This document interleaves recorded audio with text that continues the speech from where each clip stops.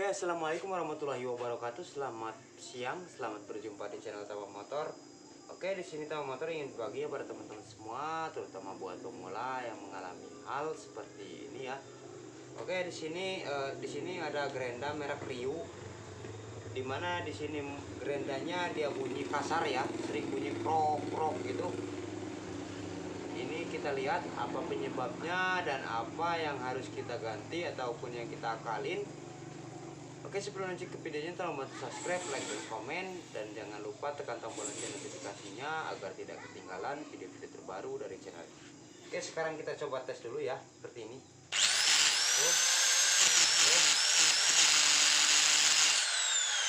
Oke ya, seperti itu gerendanya. Kita coba dulu cabut, kita coba bongkar dulu.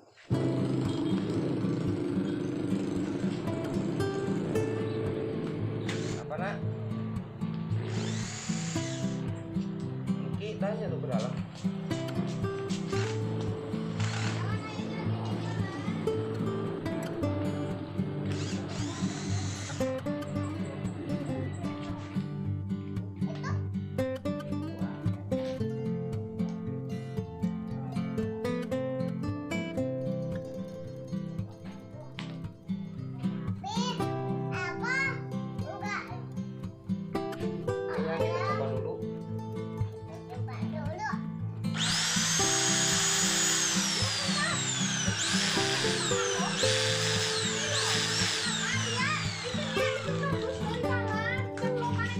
Ya, berarti dia ada kendala di atas di dalam sini.